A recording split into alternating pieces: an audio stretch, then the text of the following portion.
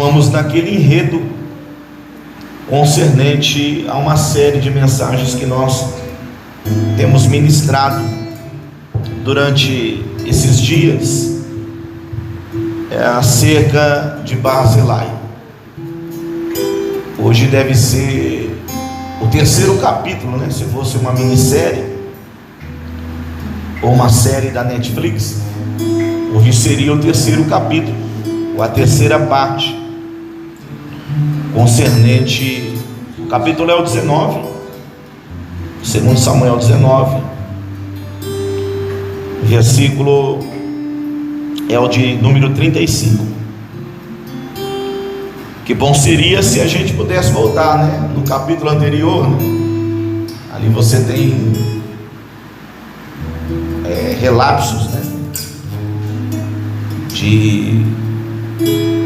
Ou daquilo que foi passado, filmado ao decorrer dos dias. Alguns irmãos já estão comigo nessa mensagem já desde quando nós iniciamos pela primeira vez. Não sei se vou concluí-la no dia de hoje, porque tem muitas pérolas, né? Muitas flores, muitos tesouros, oráculos escondidos nesse texto. Mas nos capítulos anteriores nós dizíamos que nos momentos ou no momento de maior exaltação, hegemonia, glamour, lá vai o Pietro com a Mariane para as crianças. Não é fácil ser mãe, não. Se o maior momento de glamour, 20 para as 9 da noite, de ascensão, de status, de apogeu, faltar-me-ia aqui as palavras concernente à posição que Davi estava. Lutou tanto, né, para chegar ao reinado, para chegar à monarquia. Desde quando nós acompanhamos o enredo, a biografia da vida de Davi, lá no primeiro livro de Samuel, no capítulo 16, quando o profeta Samuel vai ungí-lo, no meio dos seus irmãos, de sua parentela, até ele chegar no trono, décadas se passaram. Nas nossas vidas também é assim. Podemos dizer felizmente, porque estamos debaixo da vontade permissiva do Senhor e das diretivas dele. E se tudo tem um tempo, tudo na vida tem um tempo. Nascemos, crescemos, desenvolvemos, frutificamos e depois morremos. São ciclos e estágios da vida. Se Deus, para criar os céus e a terra, o universo, as constelações, tudo que existe aí espalhado nesse universo aí tão grande, se tudo isso que o Senhor criou teve estágios para que ele pudesse concluir, nós devemos aceitar que tudo tem o seu tempo determinado, todas as coisas têm o seu tempo determinado, como dizia Salomão em Eclesiastes 3, para se cumprir em nossas vidas. E o que nós devemos, como cristãos, como filhos de Deus, é pedir a paciência, saber esperar. E a espera não é fácil. Esperar não é fácil. A começar por mim que vos falo. Saber esperar, aguardar, chegar a hora, chegar o momento, não é uma tarefa fácil. Não são todos que conseguem isso. Porém, se nós não conseguimos esperar e não soubermos esperar, jamais podemos aplicar esse termo, nunca nós iremos conseguir desfrutar das bênçãos do Senhor em nossas vidas. Se nós não soubermos ou aprendermos a esperar, jamais nós iremos desfrutar, alcançar as bênçãos que o Senhor tem nas nossas vidas, porque todas essas coisas levam tempo. E o fator tempo, ele está inserido com a espera. Então todas as pessoas que deixaram de esperar, que já não esperam mais, que já não aguardam mais, elas infelizmente se distanciaram da promessa ou das promessas de Deus em sua vida. Que Deus nesta noite, nesses primeiros minutos, nessa linha introdutória, Ele venha nos ensinar a saber esperar, para que um dia possamos alcançar o que o Senhor tem para nossas vidas. E Davi soube esperar, ele soube aguardar o momento certo, a hora certa, mesmo chorando, compondo seus cânticos, suas canções que estão inseridas em alguns dos salmos, no livro de Salmos. Nós vemos ali a angústia, a dor, o pesar de um jovem que depois se tornou homem, que muitas vezes, nos piores momentos da sua vida, teve que suportar e aprender a esperar. E ele esperou até alcançar o direito de sentar no trono, na cadeira temida, odiada, respeitada, venerada, que existia em Israel. Quando tudo chegou no seu estágio final, Davi sentou naquela cadeira, e agora ele passou a recompensar, a honrar as pessoas as quais fizeram parte da sua história, fizeram parte da sua jornada. Dentre elas, nós já temos destacado, durante esses 3 cultos, durante esses 3 sermões, durante essas 3 dissertações acerca de Barzilai, esse homem octogenário, a palavra octogenário significa um homem de 80 anos. Temos poucos octogenários na Bíblia, Temos o nosso Simão, lá no Evangelho de Jesus Cristo, segundo escreveu o doutor Lucas, que ele esperou com paciência até vir o filho da consolação, Simeão e Ana, aguardando tão somente a manifestação de Jesus Cristo. Temos o octogenário também representado por Caleb, e temos esse octogenário representado pela vida de Barzilai. A origem, o significado do seu nome significa o homem de ferro ou feito de ferro. É o significado do nome de Barzilai. Esse homem que num dos momentos mais críticos da história de Davi pôde ajudar Davi, e Davi se achou no direito, no direito de abençoar e honrar a vida de Barzilai por aquilo que ele tinha feito, semeado em favor da sua vida. O apóstolo Paulo, ele ensinou à igreja da Galácia acerca disso, da liberalidade concernente a semear. Não erreis, Deus não se deixa escarnecer. Tudo que o homem semear, ele ceifará. O que semear no Espírito ceifará a vida eterna. O que semear na carne ceifará a corrupção. Davi agora então, meus irmãos, 8:45 da noite, ele quer que Barzilai, o homem de ferro, ou feito de ferro, o octogenário, venha com ele para Jerusalém. Ensinamos também que essa Jerusalém, atravessar o Jordão para chegar a Jerusalém, são tipologias, são exemplos. O Jordão representado pelas fases, ciclos, impedimentos que nós enfrentamos nas nossas vidas, que também pode ter a terminologia aí da superação, de coisas que nós devemos superar para depois alcançar o troféu, a coroa, o laurel, a recompensa, a medalha que faz parte desse compêndio concernente à honra. Jerusalém que tipifica, representa a Jerusalém celestial, a morada de Deus, a morada do Altíssimo, onde todos os salvos um dia estarão jubilando, glorificando e cantando o cântico dos vencedores, a qual está relatado no livro do Apocalipse, o cântico da vitória, a qual somente aqueles que têm os seus nomes escritos no livro da vida, aqueles que tiveram suas vestes manchadas no sangue do Cordeiro, é uma tipologia, poderão cantar esse cântico de vitória, porque só pode cantar cântico de vitória quem venceu, quem triunfou, quem perseverou na vida. E eu quero crer que nós estaremos lá, que você estará lá, que mais santos estarão conosco lá. Você perdeu de glorificar e exaltar nesta noite. É a primeira palavra profética sobre a tua vida. Nós estaremos cantando esse cântico, essa melodia. Não será tão somente numa balada, não será num show do Rock in Rio, não será num show de uma festa de debutante, nem numa festa de aniversário, não, nem numa balada sertaneja, sertaneja, não, pelo contrário, também não será uma trilha sonora do Oscar, não, será uma trilha sonora entoada pelos cânticos dos vencedores, dos imortais, a igreja que superou e venceu tudo e todas as coisas. É você. Aplauda Jesus, porque eu e você estaremos lá. Davi insistiu por várias vezes para que Barzilai pudesse ir com ele, pudesse estar com ele na Nova Jerusalém. Eu vou cuidar de você lá, Barzilai. Eu vou cuidar de ti. No culto passado nós aprendemos que Barzilai questionou, dizendo: quantos anos eu vou viver lá ainda? E nós aprendemos que nós não devemos questionar o tempo, e nem acerca da vida que o Senhor tem para nós.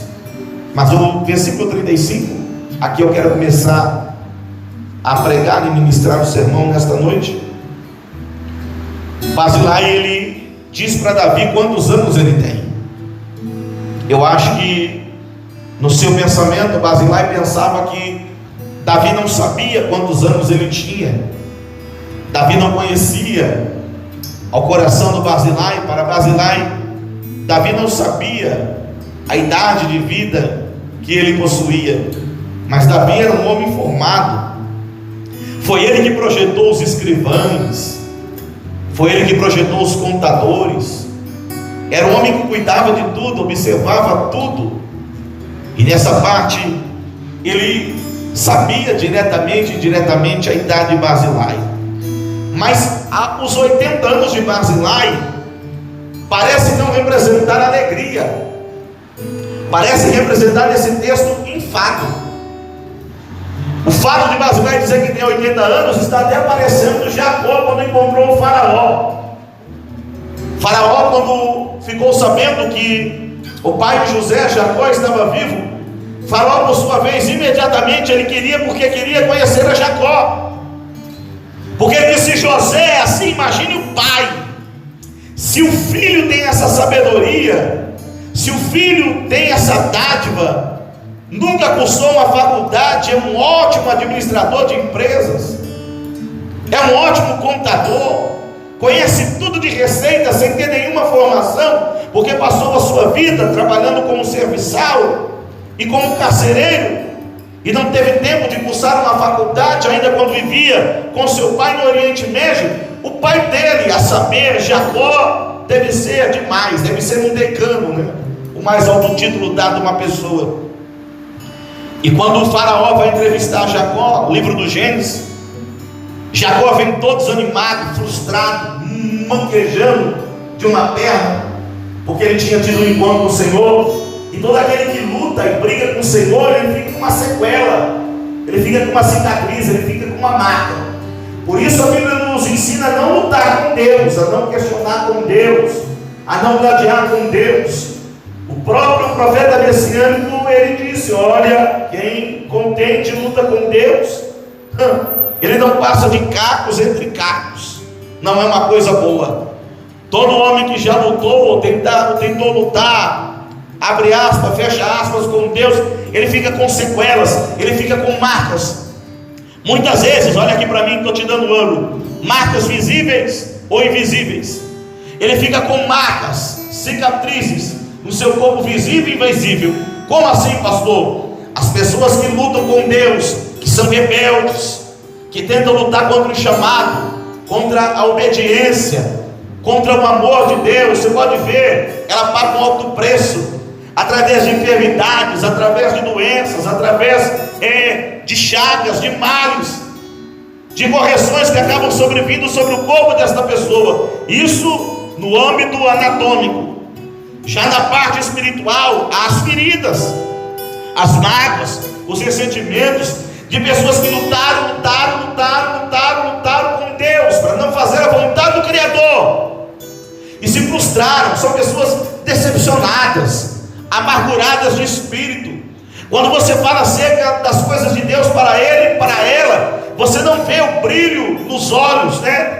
Porque quando você quer ver aquele brilho nos olhos ou no olhar de uma pessoa, aquele brilho no olhar, meu irmão, ele não vem tão somente de fora, ele vem de dentro. A alma alma, o espírito feliz e alegre e regozijante, ele faz com que tão somente os olhos venham transmitir àqueles que estão olhando para os seus próprios olhos, ou aqueles que estão à sua volta, o brilho daquele olhar. É a alma e o espírito que faz aquilo transcender, se mover, e você vê aquele brilho no olhar de uma pessoa que tem prazer na vida, apesar das dificuldades, que não se entregou, que persevera, que luta, que corre atrás. Você consegue ver o brilho no olhar de uma pessoa assim. Os que perderam o prazer de viver, os desalentados, desiludidos da vida, os que perderam a fé, não há brilho no olhar dessas pessoas, não há brilho no olhar. Parece que elas perderam o prazer de viver, porque a alma dessas pessoas estão aflitas, doentes. Mas se há uma pessoa assim na sua família, ou no seu convívio social, que elas venham ser restauradas por Jesus Cristo de Nazaré, que Deus venha restaurar essa pessoa, que Deus venha restaurar esta alma, que Deus venha mudar esta vida e fazer dela um instrumento para que volte a ter o brilho no olhar e o prazer de viver em sua vida. Eu tenho 80 anos. A pergunta que não quer calar para cada um de nós nesta noite é: quantos anos nós temos? Eu tenho os meus 39. Os 40 chega ano que vem e você não perguntou nada. Cada um de nós que estamos aqui temos as nossas origens. Cada um de nós que estamos aqui temos o nosso contexto, enredo histórico. Uns têm 30, 40, 50, 70, 80, 20, 10, 5, 2, 1. Uns ainda serão formados, ainda não fazem parte desse plano. Mas ele diz: eu tenho 80 anos da vida. Você não sabe o que é ter 80 anos, rapaz. Você não tem os 80 anos que eu tenho. Eu não consigo mais. É o primeiro não consigo. É o primeiro empecilho, pastor Tiago, que o próprio tão somente Basilai vai colocar para não ir a Jerusalém, para não aceitar o convite do rei. Primeiro, a minha idade já é avançada. Segundo, eu não consigo mais discernir entre o bom e o mal. Isso é uma coisa muito séria. Basilai, ele perdeu o discernimento, não apenas das coisas boas, mas também com as coisas ruins. E viver uma vida sem discernimento, meus irmãos, tanto entre o bom e o mal, é uma coisa terrível. Porque se você não souber discernir, diagnosticar, conferir ou prevenir acerca de quem ou do que está ao seu lado, você pode se complicar, você pode se prejudicar. Abraão, por sua vez, ele enfrentou vários reveses da sua vida, principalmente por causa do seu sobrinho Ló. Porque enquanto Abraão não discerniu que Ló era um empecilho na sua vida, era um empecilho na sua caminhada, a sua vida não fluía como deveria fluir. Enquanto Ló esteve debaixo da tenda, da tutela, da jurisprudência, dos ensinos de Abraão, mesmo Abraão tendo uma vida abençoada, não era como Deus queria. E quando Ló se apartou de Abraão, e Abraão aprendeu a discernir, dizendo: olha, escolha a direita, que eu irei para a esquerda. Eu irei para a esquerda e tu irás para a direita. Quando Abraão consegue fazer isso, discernir isso, as coisas vão. Na sua vida também, quando eu e você passamos a discernir o que é bom e mal para a nossa vida flui. As coisas acontecem de uma maneira especial. E isso está associado aos lugares que nós frequentamos. Isso está associado com as pessoas que nós colocamos dentro da nossa casa. Isso está associado com as escolhas que nós fazemos no setor profissional. Isso está associado na vida a qual nós queremos para a nossa vida. Discernimento, ele faz parte acerca dos dons espirituais, a qual o apóstolo Paulo, escrevendo à igreja de Corinto, disse tão somente que o Senhor concedeu e daria o dom de discernimento de espíritos, o dom de discernir o que é de Deus e que não é de Deus. Você já imaginou se não houvesse discernimento da parte do Senhor para saber lá na criação, há primórdios atrás, antes de tudo isso ser formado, se não houvesse e existisse o discernimento do coração de Deus, irmão Rafael, para saber quais eram os anjos bons e os anjos ruins? Hoje, seria uma complicação total. Por que, pastor? Porque sem saber em quem confiar, automaticamente iria trazer problemas da gestão da criação do Todo-Poderoso. Se o Senhor não soubesse discernir quem era o arcanjo Miquel, se o Senhor não soubesse discernir quem era o anjo Gabriel, se o Senhor não soubesse discernir quais são os serafins, se o Senhor não soubesse discernir quem são os anjos do Senhor, se o Senhor não soubesse discernir quem são os 24 anciãos, se o Senhor não soubesse discernir as criaturas que existem no céu, seria uma bagunça, meus irmãos. E Deus, Ele não quer que a gente venha perder o discernimento através dos anos, através dos dias. Enquanto Barzilai era jovem e folgava e gozava de uma idade juvenil e varonil, ele sabia discernir o bom do mal, o agradável do que era desagradável, a luz das trevas. Mas com o passar dos anos, ele foi perdendo esse discernimento. E nesta noite, nessa linha de mensagem, Deus, Ele quer transmitir a ti e a mim que você não venha perder o seu discernimento. Deus, Ele quer que você venha discernir para fazer a separação de quem deve e não deve ficar na sua vida. Deus, Ele não quer que você venha perder o discernimento do que é bom para a tua alma, ou da banchoquia séria, do que é bom para o teu negócio, do que é bom para a tua vida familiar. Satanás, ele não quer que você tenha discernimento, ele quer que você venha viver cego na estupidez, na desobediência. Mas Jesus Cristo de Nazaré, nesta noite, Ele está dizendo: eu estou lhe dando e concedendo o dom de discernimento, para que você possa discernir o que é bom e mal para a tua vida. Porque discernindo o que é bom, haverá luz na minha vida. Os maus não terão domínio sobre o meu coração. O mal não terá influência sobre a minha vida.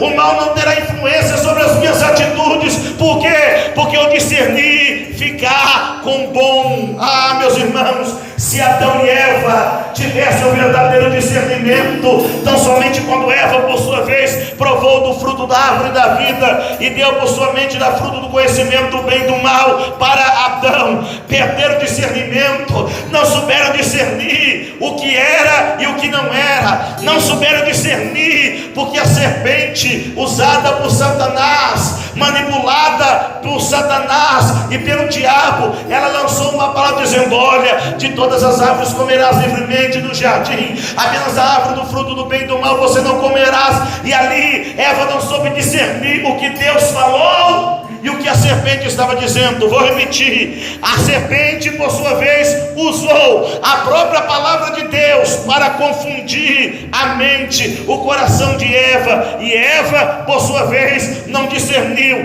a palavra de Deus e a palavra de serpente, a palavra de Deus e a palavra do diabo, a palavra de Deus e a palavra dos homens. E hoje não há centenas e milhares, e por que não dizer milhões de pessoas assim, que perderam o discernimento, não sabem o que vão fazer, não sabem com quem vão casar, ou se não vão casar, não sabem aonde congregar, aonde ficar, o que louvar, o que pregar, o que falar. Mas Deus está lhe dando a palavra desta noite: eu estou lhe dando discernimento entre o bom e o mal, para que o mal não tenha domínio na sua vida.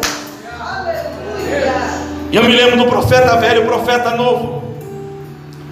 Primeiro livro dos Reis, Israel, capítulo 13, a qual o Senhor tinha dito para o profeta novo: não comerás pão, não beberás água, não voltarás para o mesmo caminho. E o profeta não ouviu a voz do Senhor. E havia um profeta velho na cidade, e saiu de sua região e foi testar o profeta novo: venha, coma pão, beba água comigo. E em primeira instância o profeta novo relutou, dizendo: eu não posso.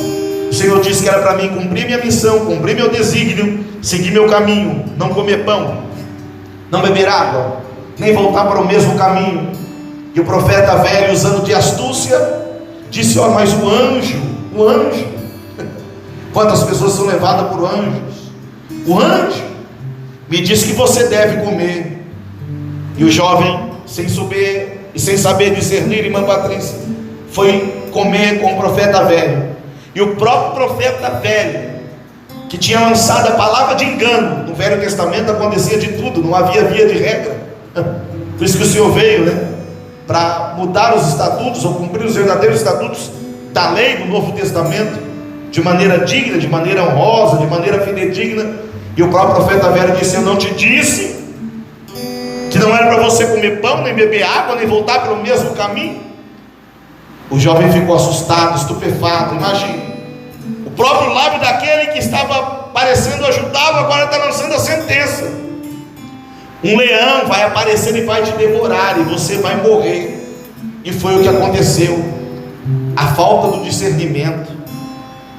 E Jesus, ele soube discernir todas as coisas em sua vida, a hora de manifestar, a hora de não se manifestar, tudo ele soube. E ele quer que nós venhamos provar desta grande dádiva chamada discernimento. Um outro não posso, o primeiro eu não consigo, agora eu não sinto. Já que estamos falando aí, né, da Covid, veja, a Covid em Barzilai. Olha ali, Diácono José, a Covid, olha o sintoma, missionária Sueli, diaconisa Márcia: não sinto mais o sabor dos alimentos. Vou repetir: eu não sinto mais o sabor dos alimentos. Todo tipo de alimento, todo tipo de fruto, ele tem um sabor, agradável, desagradável, amargo e doce. Veja que trocadilho, presta atenção nisso que eu estou te dando ouro. O significado do nome Barzilai é homem de ferro ou feito de ferro. Um dos minerais ou das vitaminas que são importantíssimos para o corpo humano, de A a Z, é a vitamina C. E nela está inserida, está englobada, associada o ferro. O ferro que ele tem, por sua vez, o nosso organismo, a função tão somente de pegar o açúcar do nosso sangue e transformar ele em energia para o nosso corpo, para a nossa desenvoltura. Barzilai, esse era o significado do nome dele. O homem de ferro, feito de ferro. Mas ele está perdendo o ferro da sua vida, ele está perdendo o ferro do seu organismo, porque um dos fatores que são gerados na vida de uma pessoa que tem a carência do ferro do seu organismo, que não substitui por um medicamento ou por uma vitamina, uma das coisas que começam a ocorrer no corpo é tão somente a sensibilidade óssea. Uma pessoa que não tem ferro, ou muito ferro, ou a quantia necessária para o seu corpo, o seu organismo, ela tem sensibilidade óssea, ela pode quebrar os seus ossos facilmente, se comparado com outra pessoa que tem uma quantidade razoável, tão somente de ferro no seu organismo. Outra coisa que acontece com uma pessoa que tem falta de ferro é fadiga. Todos esses sintomas, todas essas deixas, escute, estava acontecendo com Barzilai. A fraqueza. Uma pessoa que tem falta de ferro, meus irmãos, escute isso, ela começa agora a ter falta de ferro no organismo, ela começa a ter inflamações na língua, que vai prejudicar o paladar, que vai prejudicar o sabor. Pastor, onde o senhor quer chegar? Nós temos uma geração que diz que é a geração do avivamento, que é a geração da palavra. Eles dizem que é a geração do manto, eles dizem que é a geração de quem conhece a Deus, mas eles perderam o ferro, perderam a essência, porque eles não sentem sabor nos alimentos e nas bebidas espirituais que o Senhor envia. Vou repetir novamente: todo tipo de alimento que existe no mundo físico, no plano físico, tem sabor. Isso personificado pelas bebidas, que eu não sei se vai dar tempo de eu entrar falando das bebidas, personificado por chás, sucos, refrigerantes, água que não tem sabor, mas parece que cada uma tem o sabor mesmo não tendo, né? Quando nós provamos determinado tipo de água, você consegue discernir isso através do paladar. Há uma geração, meus irmãos, que não sentem mais prazer, que não sentem mais sabor no alimento, na palavra de Deus. Nesta palavra aqui, Eles não sentem sabor desta palavra. Por quê? Porque eles não querem se alimentar, porque elas estão com suas línguas doentes, elas estão com seu corpo doente, o seu paladar está doente. E é isso, escute, que Barzilai está dizendo: eu não sinto mais o sabor dos alimentos. Então, como uma pessoa que não sente mais o sabor dos alimentos vai poder ficar nos banquetes com Davi em Jerusalém? Como é que uma pessoa que não sente mais o sabor dos alimentos vai poder provar da melhor iguaria servida no palácio de Jerusalém, pelos serviçais de Davi, pelos masterchefs de Davi? Como é que um homem que perdeu o sabor, que perdeu o paladar dos alimentos e das bebidas, vai sentir o prazer e o sabor do melhor figo, da melhor uva? Ou como é que ele vai sentir o sabor do melhor pão? Ele não vai. Como é que uma pessoa que perdeu tão somente o sabor e o paladar, ele vai sentir o sabor do maná? Lembra do maná que quando a nação israelita ia colher no meio da madrugada, lá no livro do Êxodo, e a Bíblia relata que o sabor era parecido com o do coentro, mas quando era amassada, preparado, tão somente aquele maná, ele tinha um gosto parecido com o do mel, ou que personifica a doçura que vem através de Jesus Cristo de Nazaré. O século 21, há uma geração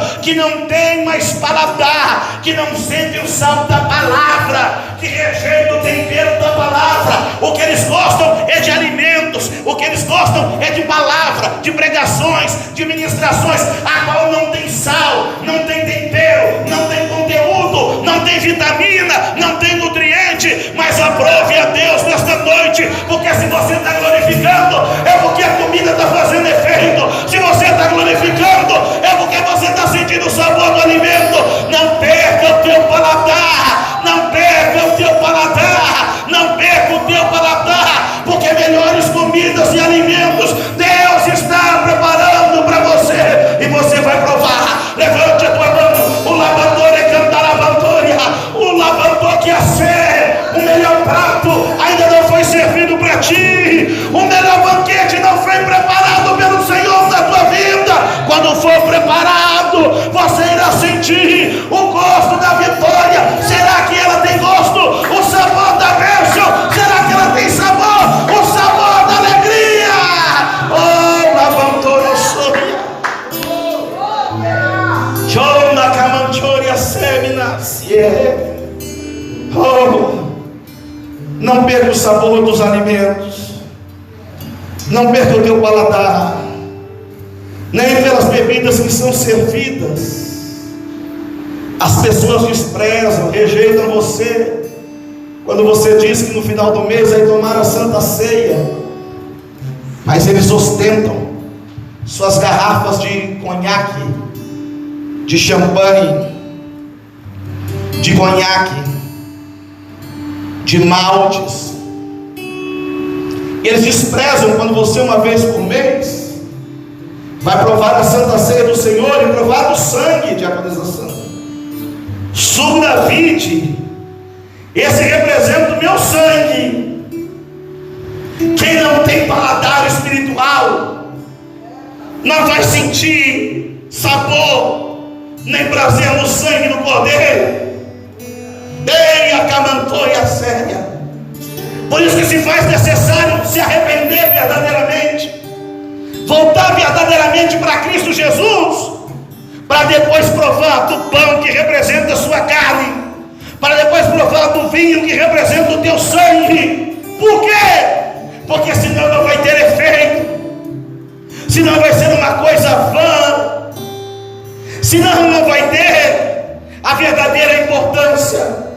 Mas aqueles que já sofreram, que já padeceram, que morreram em Cristo e ressuscitaram com Ele, quando provam do pão que é personificado a carne de Cristo na Santa Ceia, e provam do suco da vide que é personificado pelo seu sangue, que foi vertido no madeiro, a pessoa reconhece, sente o sabor do sofrimento que se transformou em alegria, em bênção, em vitória.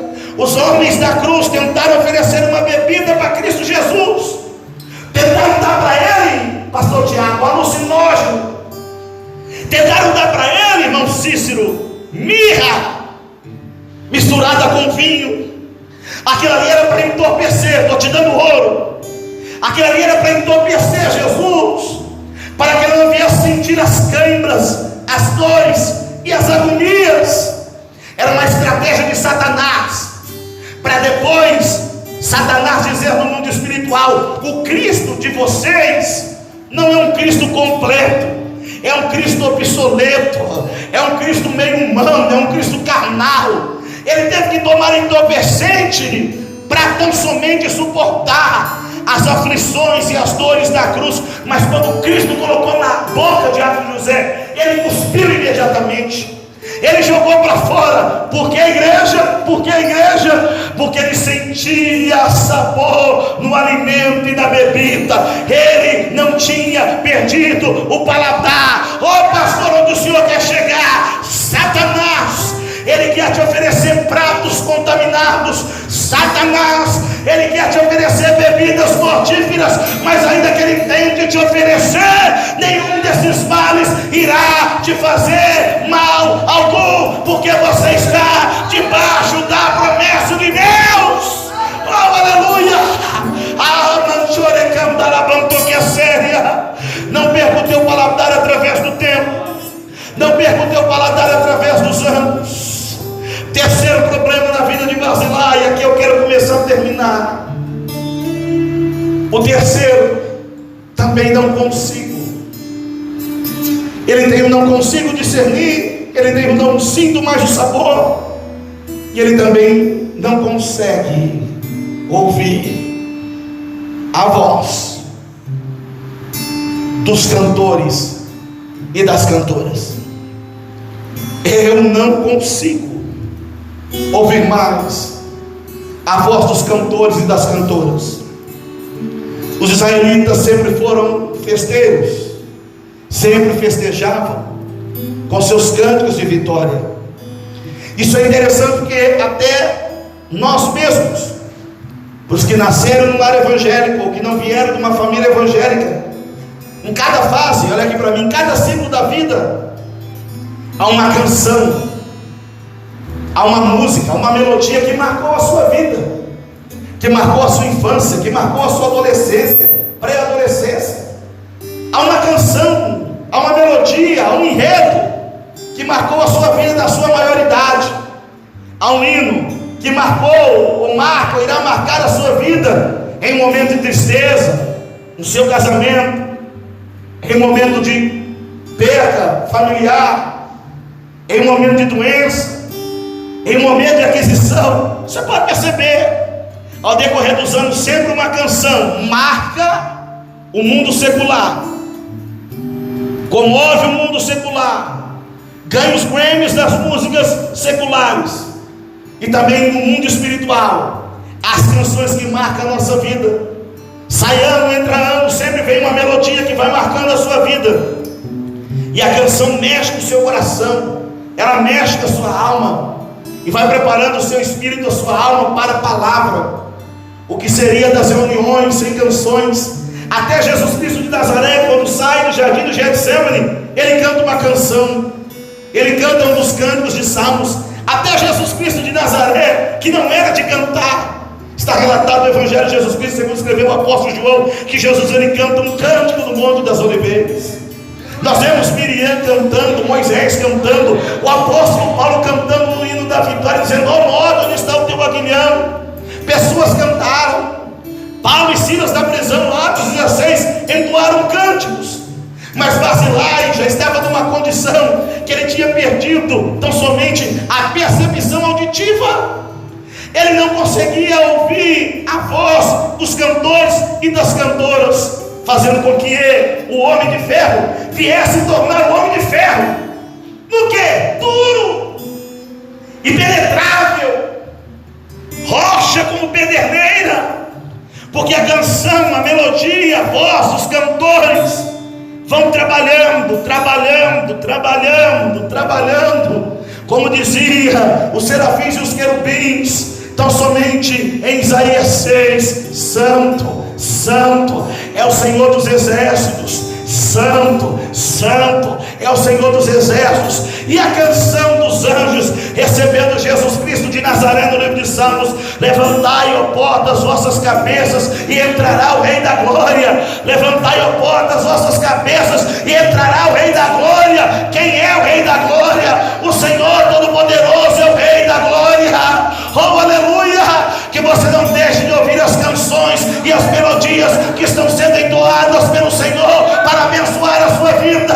Que na tua vida não falte melodia, que na tua vida não falte a verdadeira essência da música, que na tua vida não falte louvor. Que você venha não apenas ouvir a voz dos cantores e das cantoras do mundo secular, mas que você venha ouvir a canção dos anjos de Deus. Oh pastor, porque eu não posso perder a minha audição. Por quê?